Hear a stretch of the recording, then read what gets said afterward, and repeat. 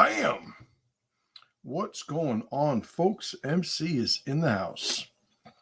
My name is Justin Garcia, also known as Master Chim, and welcome to the Warrior Stream. I am here every Wednesday from noon Eastern Standard Time, usually going in about an hour, sometimes a little more, sometimes a little after, a little more, a little less, I meant.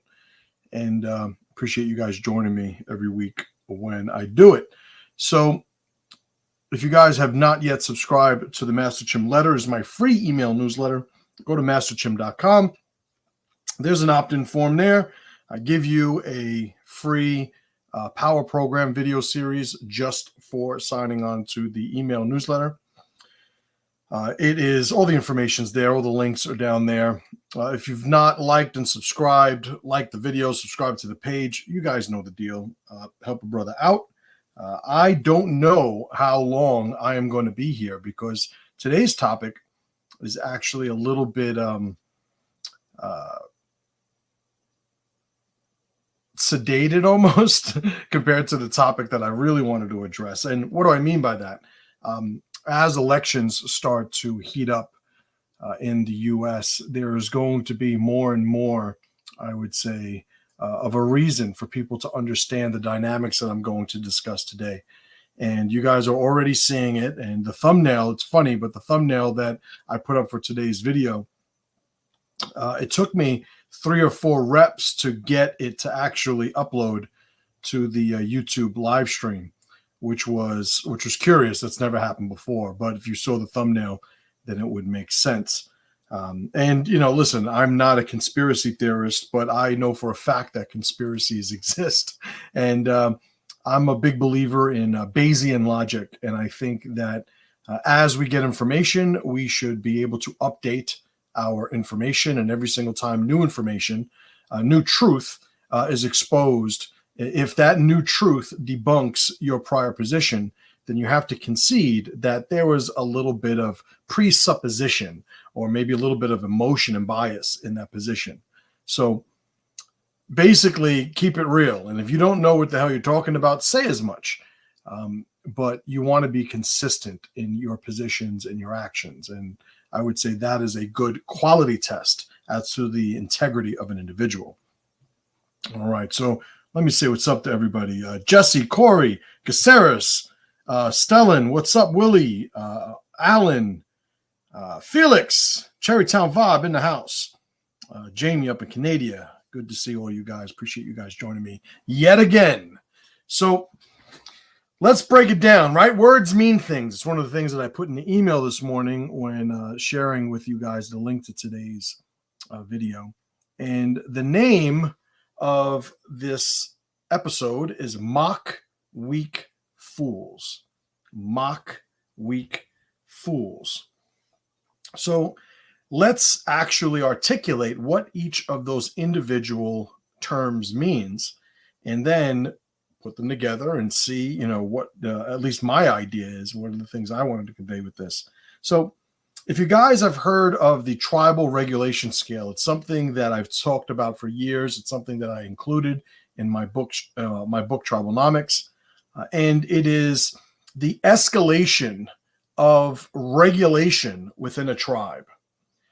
And it culminates in having an enemy that needs to be met in conflict and terminated. But it starts off with mocking. Now, what is mocking? I think mocking is the thing that prevents us from fighting. If you look at the First and Second Amendments of the Bill of Rights in the U.S. Constitution, I think there's a pretty good precedent for having a relationship with what mocking can do and what the alternative when it's removed winds up being. I mock you so I don't have to punish you. I punish you so I don't have to exile you. I exile you so I don't have to kill you. I will kill you in order to save the tribe. That's the tribal regulation scale as listed in my book.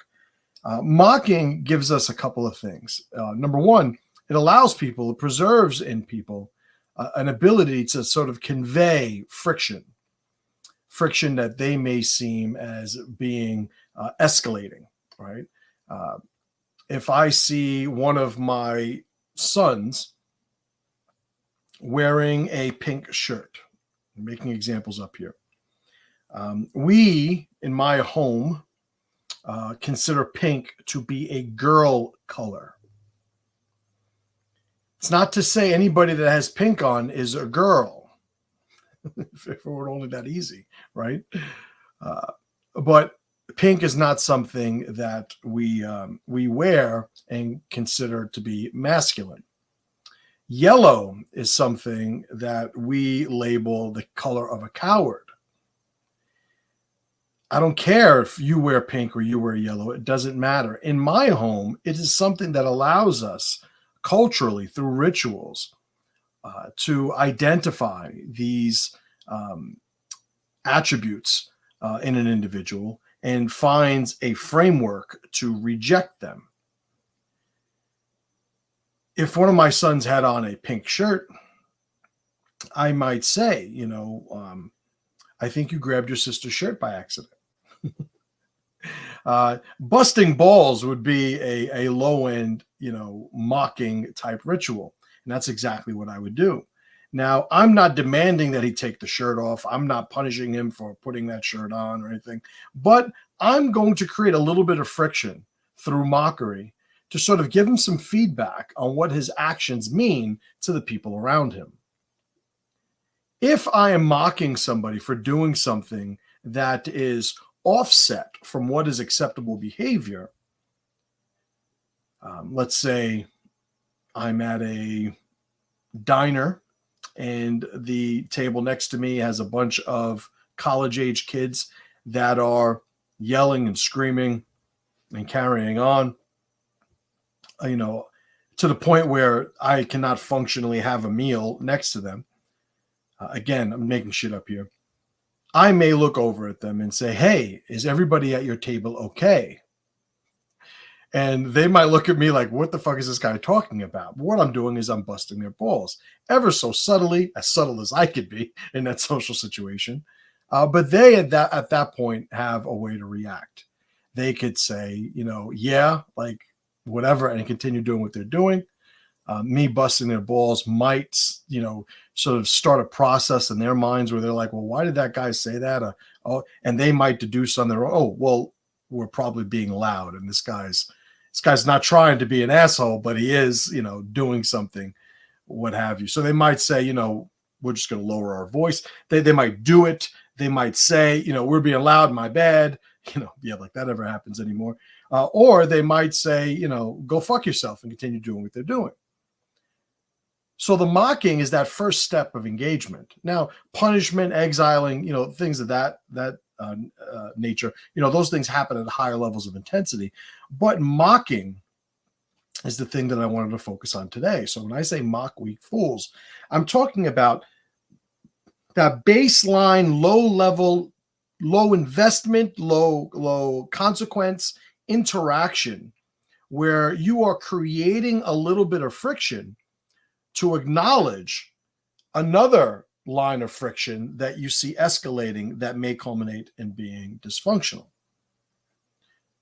So I think we understand is what mocking is, right? So weak. Now the term weak, I've been misrepresented in people have basically assumed what I thought weakness was prior to me starting to articulate it more regularly in my content. But being weak is an active rejection of the process of becoming stronger. I use the model, the metaphor of a ladder, right? The ladder of self-power. And we should all be looking to climb that ladder. If somebody rejects the climb, or maybe even mocks climbers of that ladder, that individual, by my classification, is weak. Weakness is not a rung on the ladder. If I say, I could squat 500 pounds and somebody says, well, I could squat 200 pounds. If we are comparing our squatting numbers to each other's, then I could say I am stronger than he is in the squat. He is weaker than I am in the squat. But when we talk about strength and weaknesses in terms of virtue in a man, we're speaking about an attribute and a process that is an internal journey or path. It is something that he himself is endeavoring to engage that has nothing contextually to do with the people around him. So what does that mean? Let's use the weightlifting analogy. If the guy could only squat 200 pounds, God forbid, if he could only squat 200 pounds, but 6 months ago he could only squat 100 pounds, he's made great progress.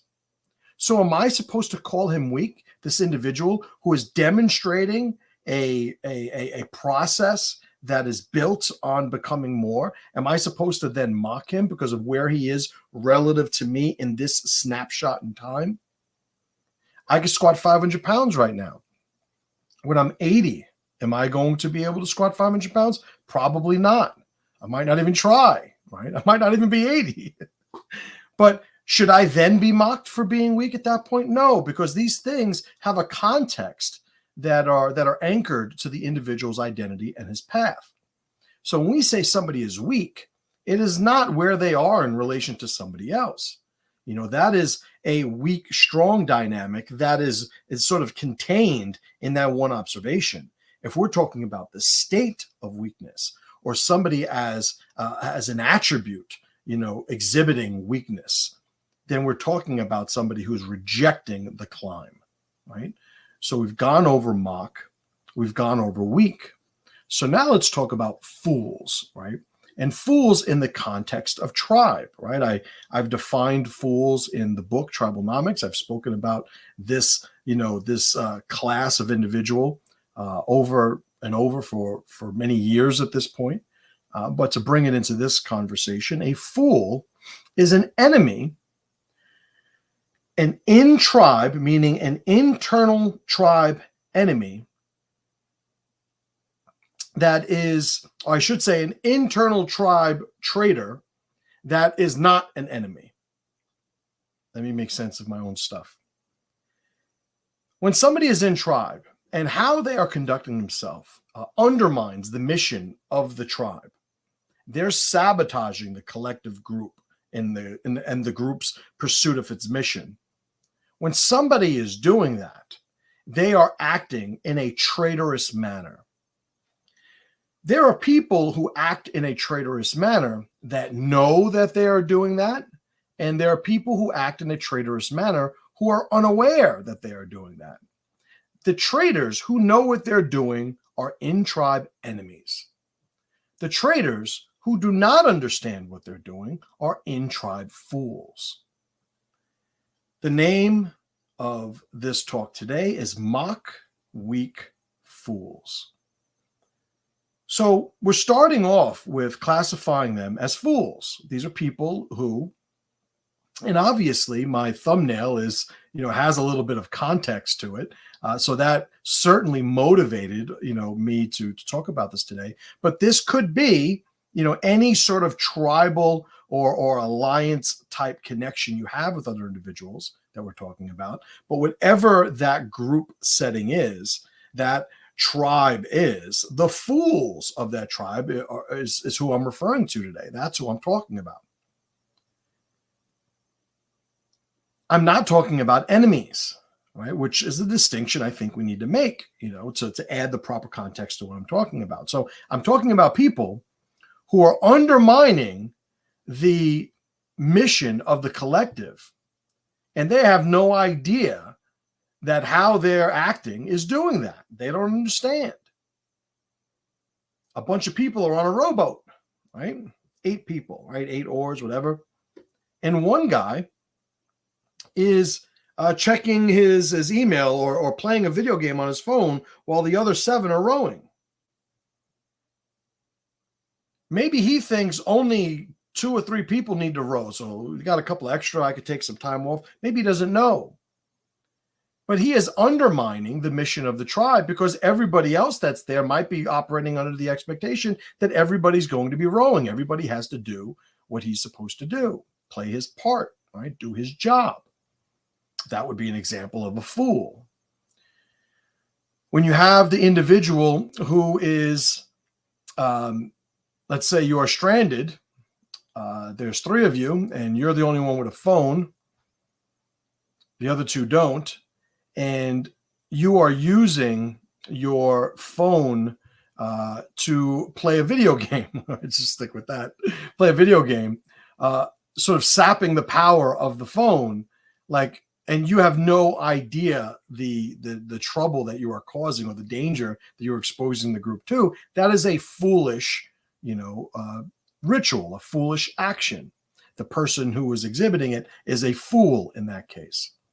So again, mock weak fools. So of the group, and I'm going to use the thumbnail now to sort of define and articulate this, to add an application to this. I had on the thumbnail, I'm sure you guys saw it. If you didn't, it is an individual standing at a subway station with a mask on, right? With a surgical mask, whatever. One of those guys. The guy looked to be, now mind you, this was a Mid-Journey, image, and the prompt that I put in was, I will actually read the prompt because it is the file name.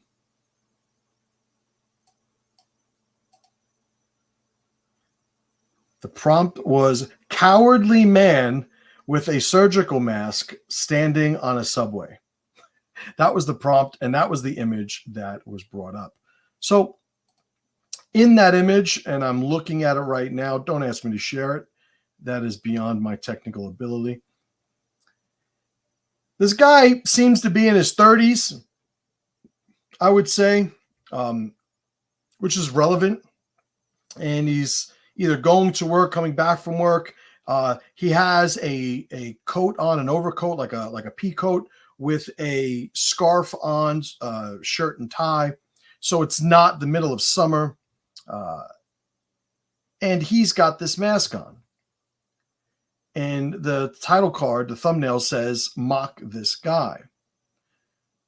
Mock weak fools. Weak, if we're looking at that guy and we're saying he's a fool, well, how is he being a fool in this case? Well, he's being a fool because at this point, and again, I don't want to get into too many conspiracy-minded conversations, but I don't think, is it a coincidence that again, I mentioned this earlier, the election cycle is starting to heat up in America, and it just happens to coincide with a lot more propaganda and information concerning what steps we need to take to protect ourselves from the resurgence of this latest variant, etc. It's not a coincidence. There are those of us, and you could certainly go back on my videos and see, there are those of us that were making that connection very, very early on in this process. And it continues to be a formula that can be used.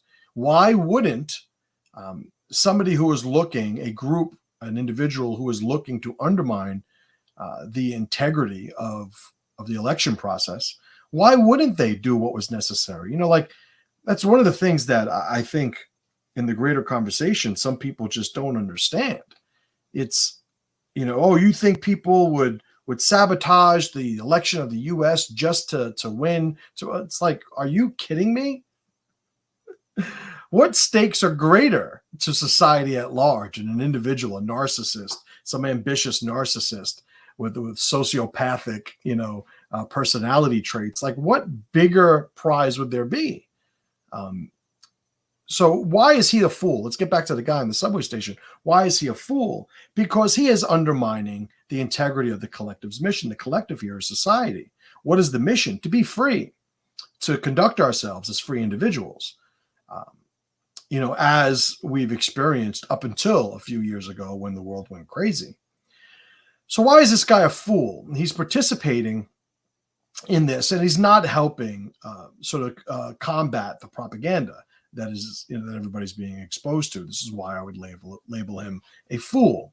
Now, is there bias and sort of a subjective slant on these categories and the applications that I'm making? Of course.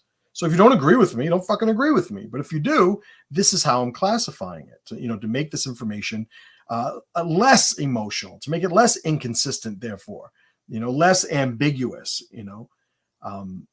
So that's why he's a fool. Now, why is he weak? Well, he's weak. I think it's important that I say, number one, this guy's in his 30s, look, 20s, 30s, 40s. I don't know. I don't know if there's gray hair in his head, but certainly not an older gentleman, which means the people who are wearing these masks are fearful of a disease, a virus that does not proportionately pose a threat to them at the level that this type of behavior is even warranted. So he's weak because he is not looking to become stronger. Now, there is an argument that 3 years ago, there wasn't enough information. I remember doing an interview with Ivor Cummins, and it's on my channel if you go and look for it. A few years back, it might have been in 2020. But I did this interview and I brought up to him that, there was a point where everything was a projection. Everything was a model and a projection. And we could almost excuse the individuals who are responding to these projections that governments are giving them. We could almost excuse it. There's a lot of preference involved in whether or not they get excused. I think it was fucking terrible all around. But regardless of whether or not you are going to excuse them reacting to this government projected information, it's a moot point at this point, because we already now have data to fill these models where projections once existed. There is no more need for a projection. We have data. We understand how this affects people. And the uncertainty that some people will counter that with, well, we don't know what this new variant is going to, like, that logic would dictate that we'd have to react proportionately to any threat that we're exposed to regularly. Use flu. Every year there's a new flu strain. They try to see which one they could actually create some sort of viral, counter to. And like, we could argue, well, I don't know, maybe this is the flu that eradicates everybody. Maybe it should be mandatory. Maybe it's an emergency. If we're playing the what if game, that's a very slippery slope. So luckily, society chooses not to follow that model. We choose to say, well, let's see what has happened, what we could expect based on what's happened, and build a relationship with what the reality that we're in suggests that we do. So again, this guy on the train station, obviously it's not a real guy, by the way, just in case you guys don't know, like, this is AI generated, sorcery. He's a fool because of what I had mentioned. He's weak because there is too much information now for him to be caught in that situation, to be on a subway platform with a surgical mask.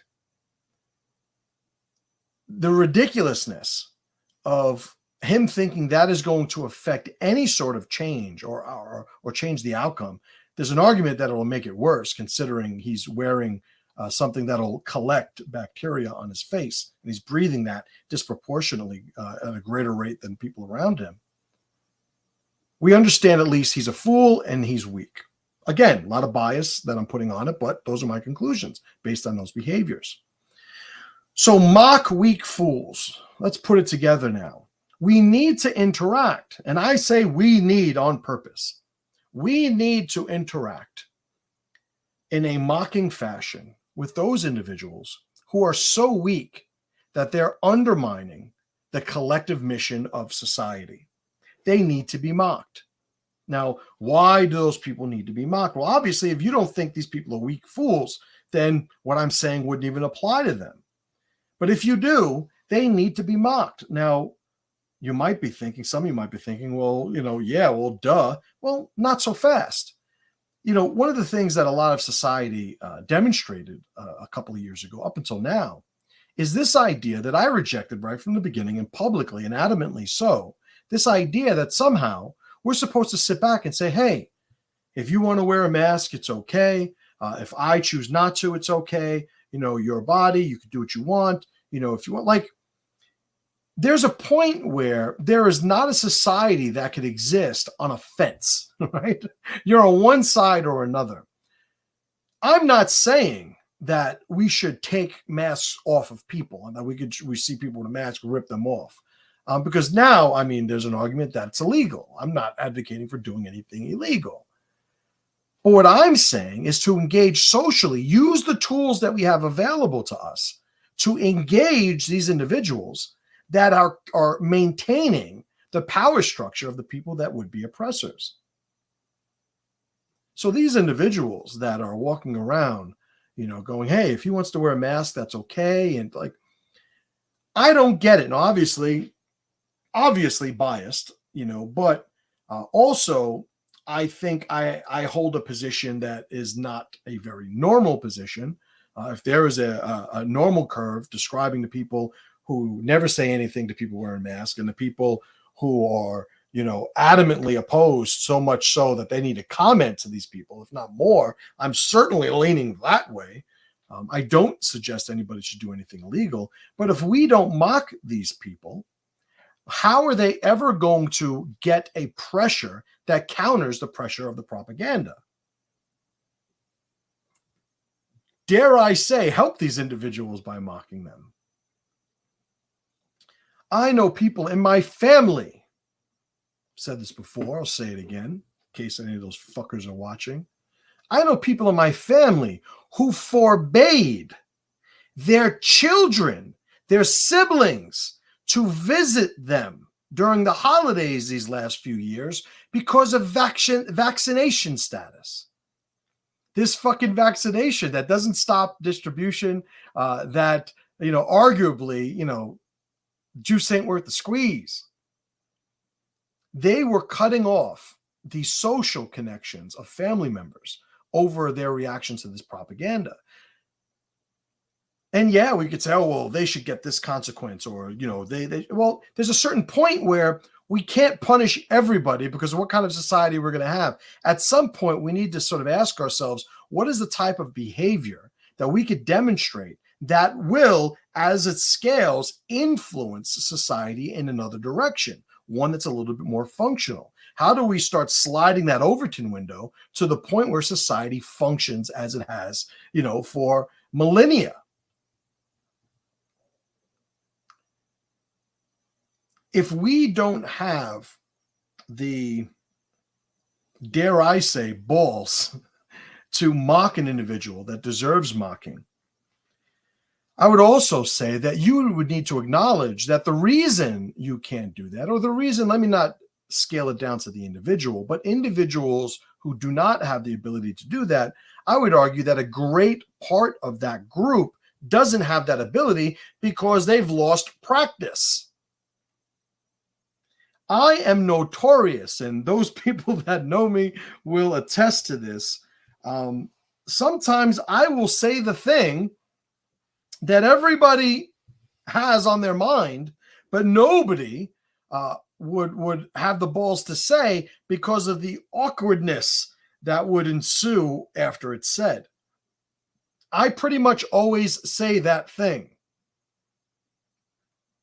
I'm not always easy to be around. If you're somebody that's looking for that polite type of interaction where people don't mention all the elephants in the room, I'm an elephant mentioning motherfucker.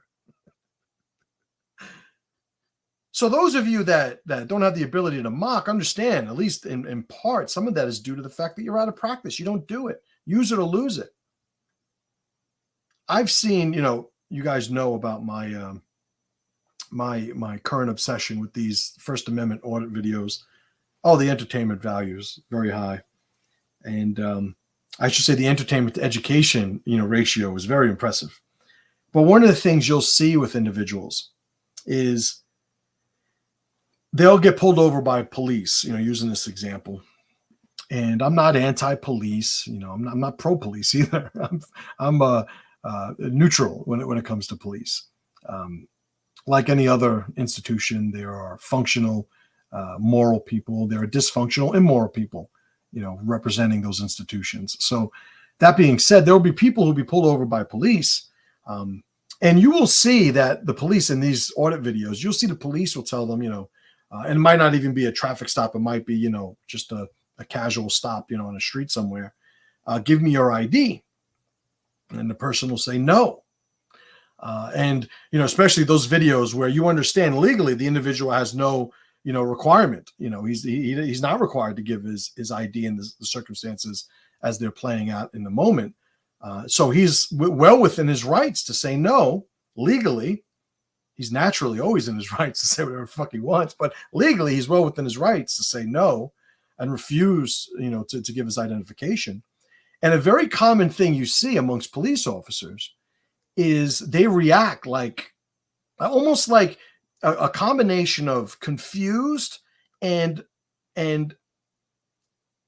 almost like they're being insulted, right? So they're offended and confused in one, because 99% of the reps they have are people complying to simple orders like give me your ID, or what's your name, or what's your name and date of birth, or what's your social, whatever the fuck they're doing to identify themselves. So when people say no, you see this confusion. Now, the thing is, as it stands, that was one of the conditions that I set in this example. The individual who's talking to the police officer in this case has, in this situation, he has a legal right to refuse ID. So that is the circumstances, that should be, dictating how this engagement is supposed to go. The cop, he could ask, you have an ID I could see? No, I'm not giving you an ID. When the cop then says, why are you being an asshole? Why are you starts to create a conflict, you can't help but to think, here we go. Here's a guy that's not used to getting pushback, not having the tools to learn how to deal with it. But I would also say we don't see all the videos where the guy says, let me see your ID, and the guy complies when legally he doesn't have to. I teach all my children, for the record, don't talk to police. Don't talk to police. Yes, sir. No, sir.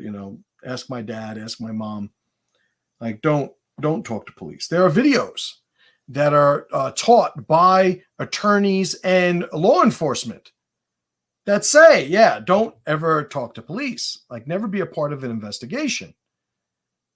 Now, I understand, well, if nobody's going to help or serve as some sort of witness or participant, and, how are you going to get the bad guys? I get it.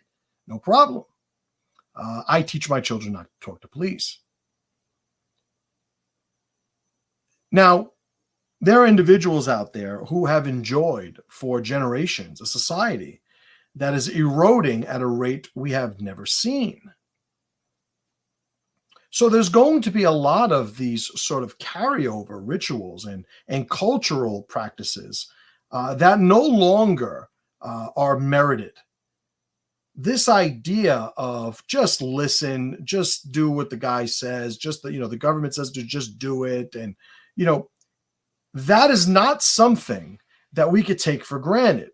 There's an argument that there never was a time where you should have been doing that. But I would say, as the cycle, right, the arc of American civilization society, as it has gone through the generations, there was a time where the majority of Americans had a certain level of expectation of security, safety, maybe opportunity, whatever the case is. There were always people who didn't. I get it. Don't start that nonsense. But I think when we look at society right now, there are some tools that would have worked 40 years ago to have a functional life that no longer apply to the variables we're engaging today. So back to the point, mock weak fools. We mock weak fools because we don't want to have to punish weak fools, nor do we want to suffer the consequences of refraining from engaging weak fools, right? Because that's the other alternative. Just continue to let them doing what they're going to do. Hey, if it's his right, if he wants to wear a mask, if he and his children aged 9 and 6, if he wants them to wear a mask, that's fine. That's within their rights. Certainly that's within their rights. It's also within my right to call him a fucking retard we're talking about rights. So the alternative, as I'm presenting it, or what I'm offering this as an alternative to, is not the, hey, don't punish the weak fools, don't exile the weak fools. I'm not saying that this is a counter to that, because I don't really think that we're in trouble of that happening. I'm much more concerned about this being the alternative to not doing anything to the weak fools of society. There are people, we know this, who have politicized every aspect of this fiasco, and they will continue to do so.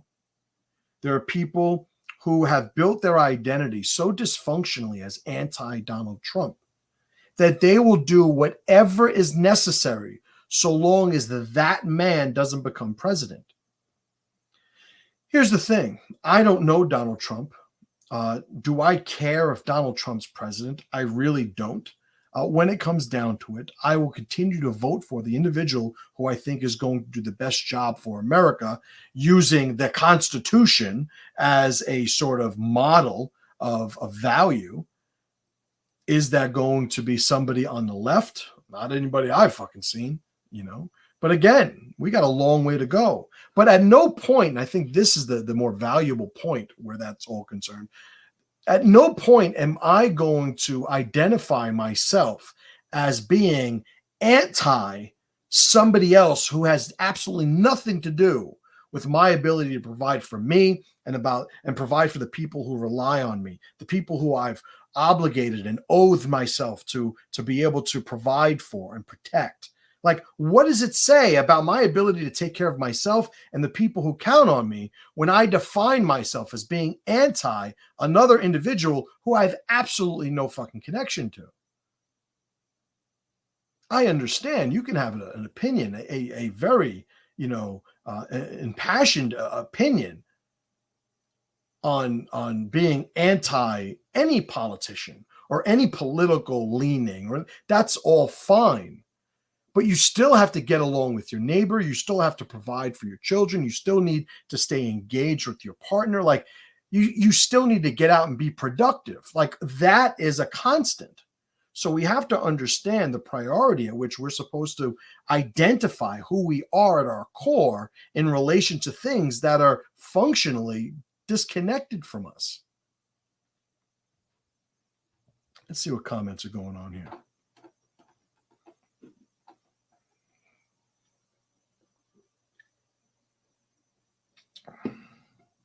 Corey says, I think open mockery and public is looking like a good strategy for the next round of COVID bullshit. And I think it should be. I think it should be accepted that, now mind you, now here's the thing, you escalate to the point, I'm not talking about you, Corey, but if one escalates to the point where they are now becoming violent, that monopolizes the narrative. There may well be a time in the future where these are alternatives that citizens have available to them as being the most logical choices. We're not there.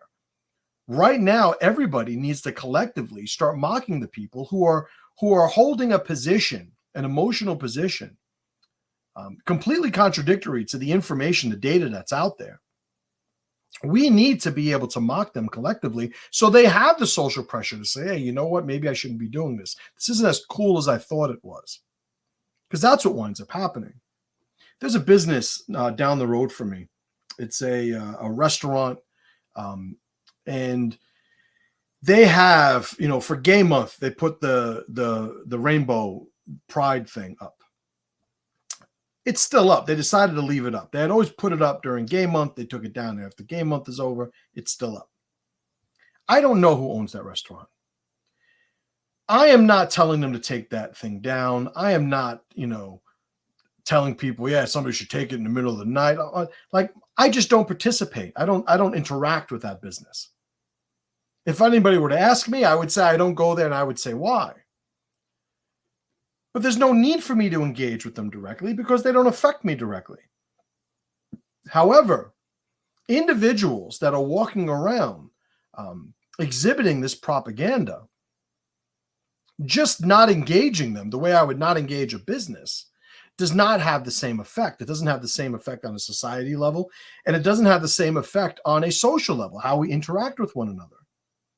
I absolutely think these people should be mocked in a way that, again, just creates friction that they acknowledge based on their actions.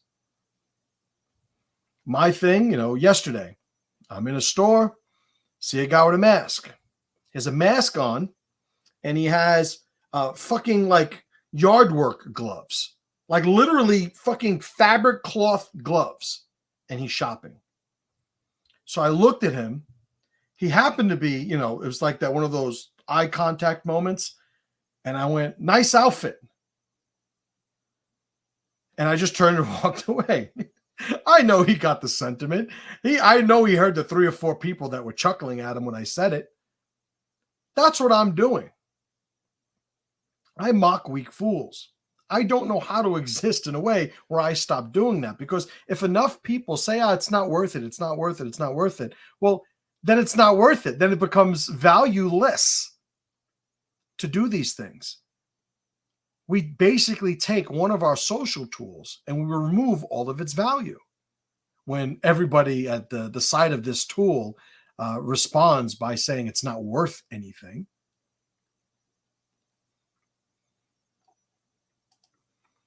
Corey says they're afraid of authority, not the virus at this point. I don't know if afraid would be a thing. I think that you have people who they belong to a group, they belong to a tribe that practices certain rituals and beliefs, masks every shot that the government says to take, fear mongering, anything that comes out by way of propaganda. Right now, Whoopi Goldberg, I think, has COVID, and everybody's, she's going to be okay. It's like, shut the fuck up. Did we do any of this about the flu? No, we didn't. All these years prior to this, were people freaking out with masks? Well, I'll tell you what, the people that did, good for them. They did, and it was at a point where in society, we didn't really have to mock those people because they weren't really undermining the mission of the collective.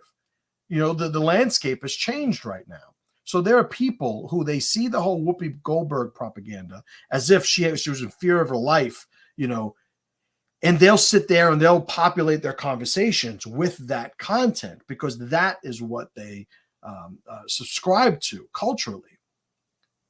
So the fear, I do think they're afraid. I think that they're afraid in the form of in a weakness because they're afraid to expose themselves to any sort of friction. And the irony, of course, being the less friction they expose themselves to, the more vulnerable they become. So I think they sort of painted themselves into a corner where that's concerned right now.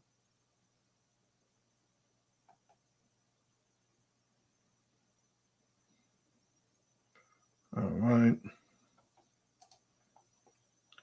Even the authorities and government-appointed experts have told us the virus is almost harmless. The lockdowns were overkill. Mass vaccines don't work. So what are these people doing? Again, understand you have the useful idiots, right? The useful idiots, I guess I can call the weak fools, right? There is a lot of parallel between those two categories. Useful idiots, if you don't know what that label is for, go and Google it and do some research. Educate your fucking self because you should know what those people are. But these people who will continue to just follow everything that I just described, they're useful to the people who are trying to influence society. So I gave an example of, it's going to help the people who may not have votes. It's going to help when they can undermine or at least influence and affect the voting process. And that's a motivation. That's a logical motivation for undermining for creating and empowering this propaganda, this fear-mongering campaign that we're seeing another round of right now currently. Aaron, what's up, Aaron? She says, I have the utmost contempt for the moms walking through the grocery store with masked young children, especially. I tell you, I make it a habit to really not talk to women in general, right? But that is certainly one of the most just enraging categories of people that I've come across. I would say just, even worse than them still, I would say are the dads that are doing it. Maybe it's not, functionally worse, but to me, it's like I look at them through the lens of what they should be doing for their children as a father and as a man, and just how despicable a job that they're winding up doing. But I agree. Ike Love, my man Ike. What's up, Big Ike? He says, I went to high school with Ike. The issue is that weakness has become a virtue in the society to the point that you're attacked when you encourage strength in others. Well, here's the thing, and I agree completely. There's something to be said for when somebody's very identity is built on the premise that they lack strength. So any sort of advocacy for what would be considered strength or the pursuit of strength is interpreted by those individuals as an attack on their very identity. This is what winds up happening when we politicized all these things the last 3 years. The conversation of what was logical based on the data available became a side conversation. The primary conversation was, why are you attacking me? Or my side believes in these things. If you don't believe in these things, you're on that other side. And so we've detached logic, reason, and the feedback loop of reality from the positions that we're holding internally, therefore sabotaging our ability to engage on an individual level.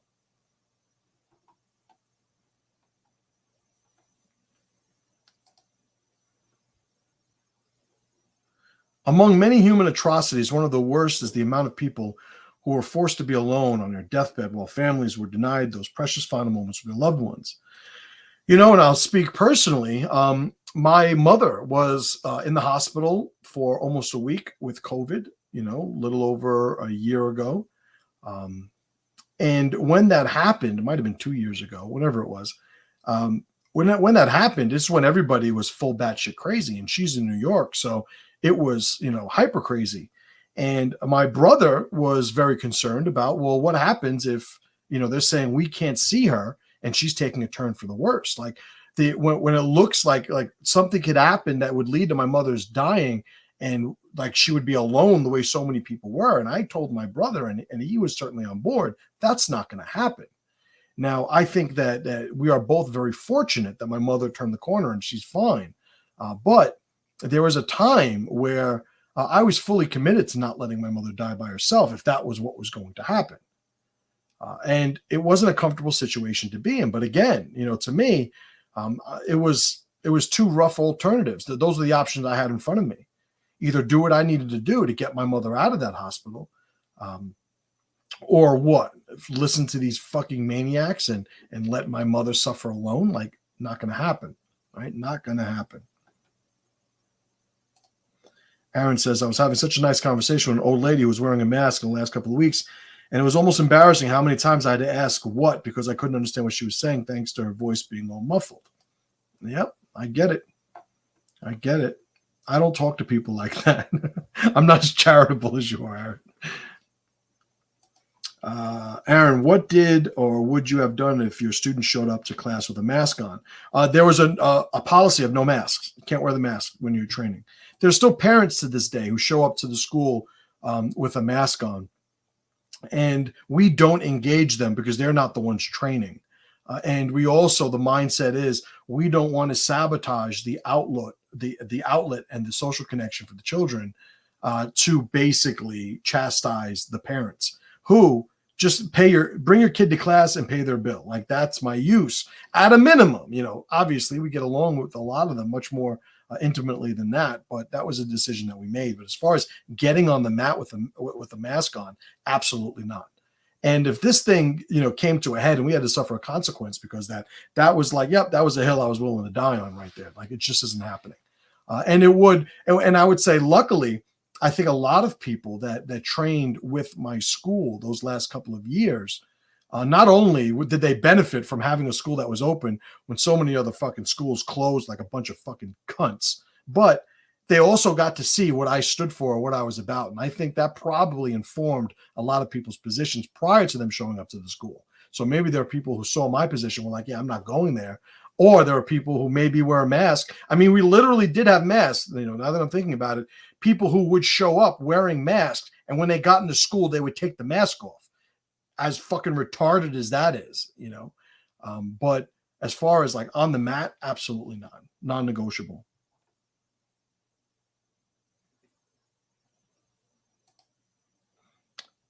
Judge Cohen says the legal right to refuse ID also carries a legal consequence of result. Got to be a logical tripwire as a LEO. I get it, and there are points where, this is why, the fact that I even have this conversation with my children means I do want them to understand what their rights are. I do want them to understand that it's never going to be always listen to this person or never listen to this person. I want to arm them with a little bit more context so they can use all those critical thinking skills to come up with conclusions that actually make sense on the information that's in front of them. Not just looking to press some sort of pre-chunked button that society has installed in them when they were children, right? Corey says, police tell their kids not to talk to police. Right on.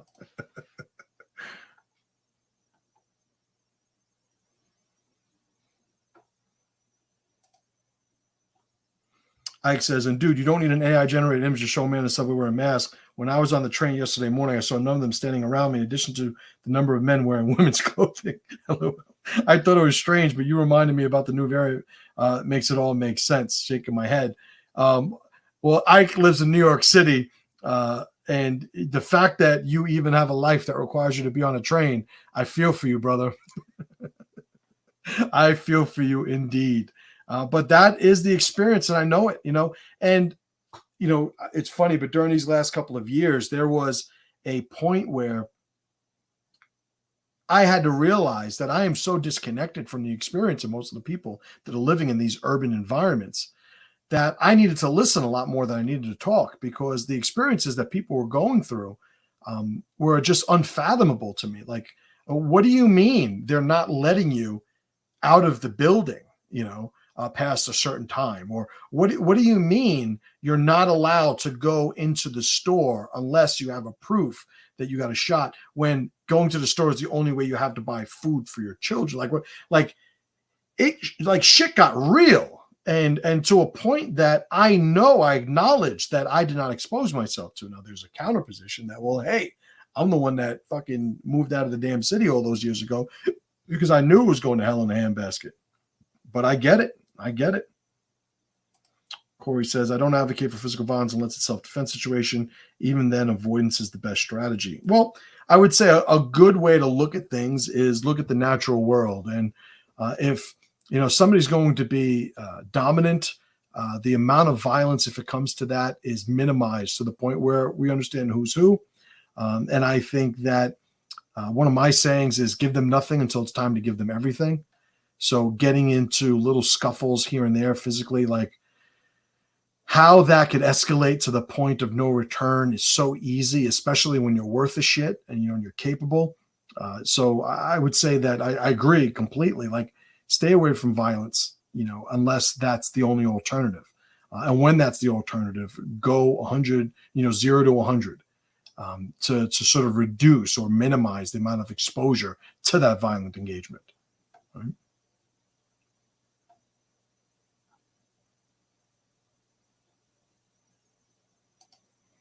Jamie says, these people put on masks that no one ever said do anything but inhibit the spread, not prevent the spread. But there they are packing themselves into grocery stores and rioting in the streets. But God forbid that one guy not be wearing a mask. It's nonsense. And that was, it's easy to say, like, these people, and we should, these people are illogical. They're hypocritical. Like, it doesn't even make sense what they're doing. Right up to the point you realize that I would say the majority of them, I would dare say the majority of them, aren't doing it because it is the culmination of some sort of logical process that they have.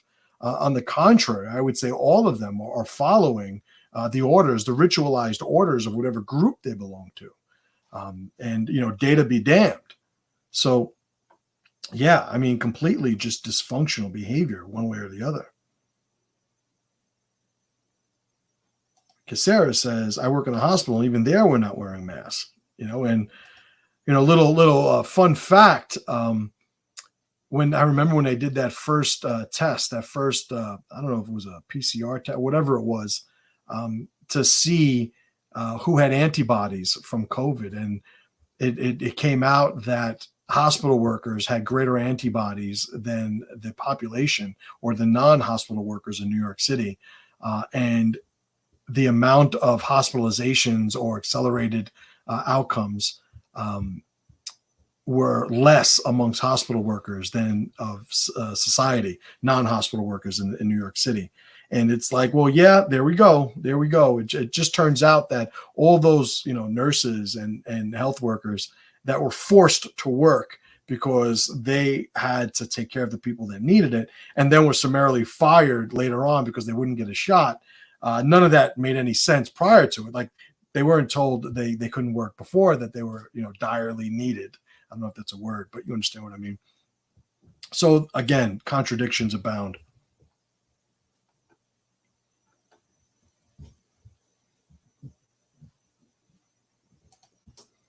Cherrytown Vibe says there is no better protection from COVID than grappling. We're literally trading antibiotics through close contact. Hey, yo. But I agree with the sentiment. Absolutely. It's pressure to power.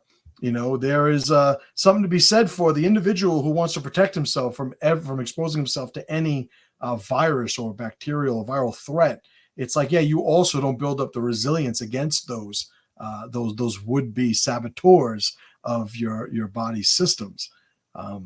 And it's pressure to power. Pressure is a relative term. We have to initiate some sort of stressor to create the movement of a process. And if we are exposed to some sort of threat at a level that we can mitigate, we're going to wind up stronger as a result of it, more times than not.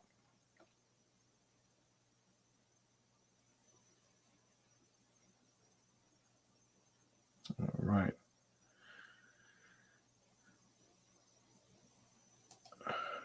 Judge Cohen says, spent some time in D.C. this last weekend. Trainees and masks were on high appearance. All right. We'll end on that note. All right, guys. I'm going to call it there. Good talk. I appreciate you guys for hanging out. MasterChim.com. Go there, sign up, get the email if you haven't already. Make sure you subscribe to the page. Make sure you like the video. Any comments, I always appreciate. Helps all the algorithmic benefits, etc. If I'm going to be on YouTube, might as well play the YouTube game and dominate. Appreciate you guys hanging out, and I will see you next week. So, as always, brothers and sisters that are out there, pressure to power.